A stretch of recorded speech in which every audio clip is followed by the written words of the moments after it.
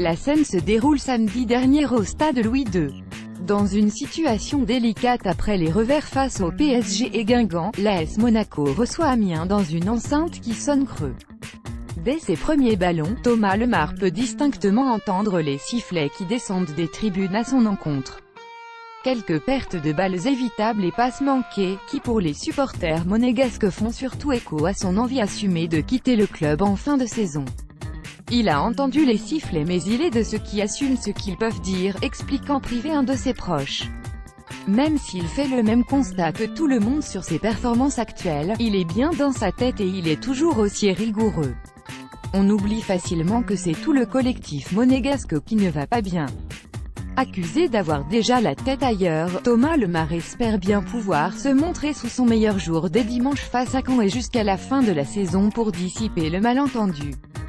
De l'investissement mais pas de réussite, moins décisif que la saison passée, 3 buts et 9 passes décisives toutes compétitions confondues contre 14 buts et 14 passes lors du dernier exercice. Thomas Lemar ne conteste pas son rendement. De retour à un très bon niveau en 2018 après ses pépins physiques du début de saison, le milieu offensif de 22 ans s'est de nouveau fait plus discret depuis son retour de la dernière trêve internationale. Mais si beaucoup y voient le signe d'un désintérêt dû à son avenir qui devrait se dessiner ailleurs qu'à Monaco, le principal intéressé reste loin de ces considérations. Son investissement physique sur les 2 derniers matchs montre que c'est un faux procès, argue un membre de son entourage proche. Il fait toujours les efforts, les courses, le repli défensif. Il demande le ballon, il ne se cache pas. Il n'est pas en réussite mais son comportement ne ressemble pas à quelqu'un qui a la tête ailleurs. Dans un contexte tendu après avoir perdu l'avance considérable que l'ASM tenait sur les Olympiques, Thomas Lemar ne parvient en revanche plus à exprimer pleinement ses qualités de joueur d'équipe.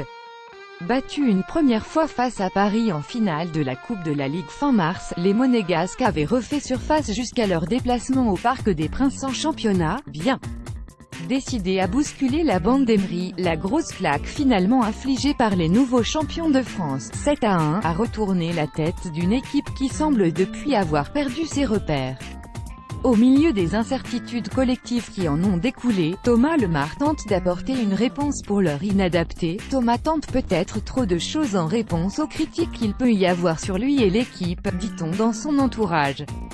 C'est une réaction naturelle de vouloir faire la différence mais il a toujours eu besoin des autres qui sont aussi en dedans.